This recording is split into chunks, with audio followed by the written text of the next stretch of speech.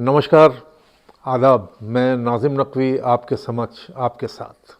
दोस्तों, 2023 जा रहा है और 2024 में हम प्रवेश करने जा रहे हैं। ये तो समय का चक्र है जो हमेशा से जारी है और हमेशा जारी रहेगा। और जब तक हम और आप हैं, हमारी और आपकी ये गुफ्तगू भी जारी रहेगी। पिछले कुछ दिनों से मन में एक बात चल रही है और यूं ही नहीं, ये बात दिल में आई। उसके पीछे एक फिल्म है जो हाल ही में रिलीज़ हुई है। फिल्म का नाम है डंकी। इसमें दिखाया गया है कि कैसे बिना पासपोर्ट के देश से हज़ारों लोग अपने आप को रिस्क में डालते हुए अच्छा जीवन जीने के लिए जीवन को जोखिम में डालते हैं। फिर एक खबर आई कि निकारागुआ जाने के लिए निकला एक प्लेन फ्रांस में वैट्री एयरपोर्ट पर रोक लिया गया। शक था कि इस प्लेन पर सवार पैसेंजर्स, जो कि 300 के करीब थे, वो मानव तस्करी यानी इल्लीगल इमिग्रेशन के तहत ले जाए जा रहे थे। फिर ख्याल आया कि एजुकेशन के लिए हमारे बच्चे विदेशों में जाते हैं और फिर उनमें से एक आंकड़े के मुताबिक करीब 90% वहीं रुक जाते हैं। यानी ये पलायन हो रहा है हमारी ह्यूमन वेल्थ का। लेकिन ये जो पलायन है वो कोई नई बात नहीं है। नई बात इस पलायन में शामिल एक तीसरा वर्ग है। लेकिन उस पर आने से पहले दो कविताओं के छोटे छोटे हिस्से आपको सुनाते हैं। पहली कविता के युवा कवि हैं अररिया बिहार के, नाम है आयुष झा। कविता का शीर्षक है पलायन। कविता कुछ यूं शुरू होती है कि दुनिया से भागे लोग भी इसी दुनिया में रहते थे और दुनिया से भगाए गए लोग भी। उन्होंने वृक्षों को आग से डराकर भगाया, हवा को लाठी से हाँक कर, पहाड़ से कहा कि कद छोटा क्यों नहीं कर लेते हो तुम, ताकि उड़ सकें हवाई जहाज़। नदी के पीछे जहरीला सांप छोड़कर वे तालियां पीट सांप के पीछे भागे। भागते भागते भागने के सारे समंदर लांघ चुके लोगों ने मिलकर विकसित किया भागने का विज्ञान। और अब दूसरी कविता का अंश, इसका शीर्षक भी पलायन है। कवि हैं रतलाम के रहने वाले युवा कवि नीलोत्पल। इनकी कविता कुछ यूं शुरू होती है कि हम देखकर अनुमान नहीं लगा सकते कि उन्हें किस बात की जल्दी है। ऐसा लगता है जैसे भीषण गर्मी में जीवन की इस निस्तब्धता को उनकी असंख्य परछाइयाँ ढक देना चाहती हैं। इस दृश्य में चित्कार नहीं, क्रंदन नहीं, सत्ता का डंक है। हम यहाँ एक सवाल से उलझ कर रह गए हैं। सवाल इस सरकार या उस सरकार का नहीं, सवाल है कि वो लोग जो खुशहाल हैं वो देश छोड़कर दूसरे देशों की नागरिकता क्यों ले रहे हैं। जी हाँ, यही है वो तीसरा वर्ग। क्यों हमारे करोड़पति अरबपति लोग देश छोड़ रहे हैं। इसकी कुछ वजह जो बताई जाती हैं उनमें बेहतर मौक़ों की तलाश, सेहतमंद ज़िंदगी, क्वालिटी ऑफ लाइफ, बेहतर एजुकेशन, अपनी औरतों और बच्चों की सुरक्षा, climate and pollution, taxation policy और सरकार की दमनकारी और पक्षपातपूर्ण नीतियां भी इसके लिए जिम्मेदार बताई जाती हैं। एक रिपोर्ट के मुताबिक इस साल यानी 2023 के शुरू के 6 महीनों में 6,500 सुपर रिच लोगों ने विदेशी नागरिकता हासिल कर ली है। सोचिए, अपना वतन छोड़ना, अपनी यादों को छोड़ना, अपने दोस्तों को छोड़ना, अपने गली मोहल्लों को छोड़ना कितनी तकलीफदेह बात है। रिपोर्ट के मुताबिक हमारा देश ऐसे देशों की लिस्ट में दूसरे नंबर पर आता है जहां सबसे ज़्यादा करोड़पति देश छोड़ रहे हैं। इस लिस्ट में पहले नंबर पर चीन है, फिर भारत है, फिर रूस है और फिर ब्राज़ील का नंबर आता है।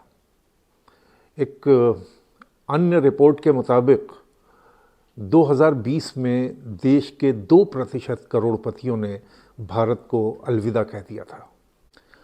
मॉर्गन एंड स्टैनली की साल 2018 की रिपोर्ट के अनुसार 2014 से 2018 तक, यानी रिपोर्ट कलमबंद किए जाने तक, 23,000 करोड़पति भारत छोड़कर दूसरे देशों में जा बसे थे। सीधी सी बात यह है कि जिस लाइफस्टाइल को हम लोग अपने देश में लग्जरी लाइफस्टाइल समझते हैं, पश्चिमी देशों में ये आम जीवन शैली है। अगर हमारे यहाँ भी security, quality of life, medical की सुविधाएं, एजुकेशन और टैक्सेशन पॉलिसी में गुणवत्ता आ जाए तो कौन अपना देश छोड़कर जाना चाहेगा। हमारा एक शेर है कि ये तहज़ीबे गंगो जमन छोड़कर कहाँ जाइएगा वतन छोड़कर। और फिर ये लाखों लाखों अमीर लोग जब देश छोड़कर जाते हैं तो जो लोग उनके कारोबार पर आश्रित हैं, कुछ कमा लिया करते हैं, उनके यहाँ भी जीने के लाले पड़ जाते हैं।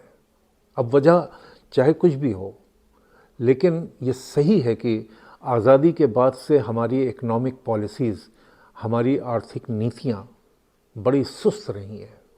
90 के दशक में उदारीकरण ने हमें कुछ तेज़ी दी, लेकिन ऐसा लगता है जैसे हम एक कदम आगे और 2 कदम पीछे वाले मुहावरे को जीने लगे हैं।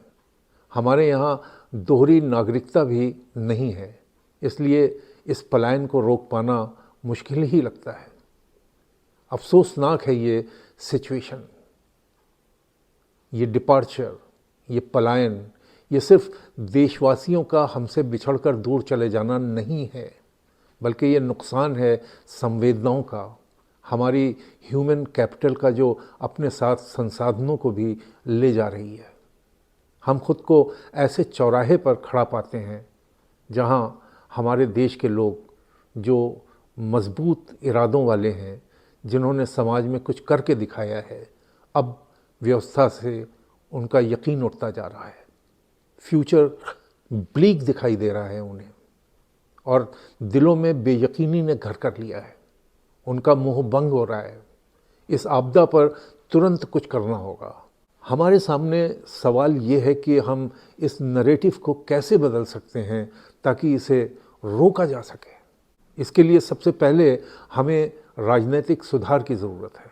हमारे देशवासियों को हमारी पॉलिटिकल फेयरनेस में यकीन करना होगा।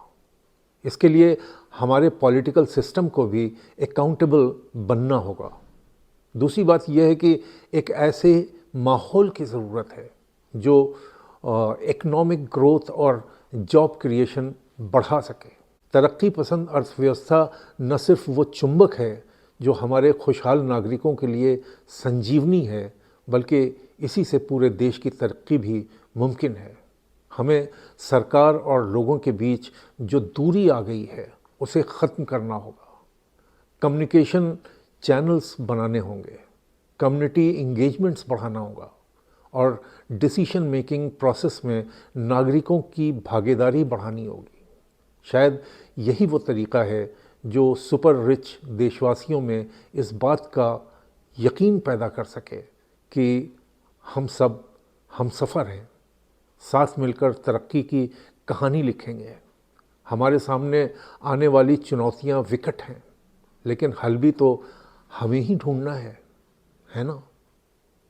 इसके लिए अपने पॉलिटिकल लैंडस्केप को, सियासी क्षितिज को दुरुस्त करना होगा, ताकि पलायन की बात सोच रहे वतन परस्तों के अंदर से बेयकीनी को निकाला जा सके।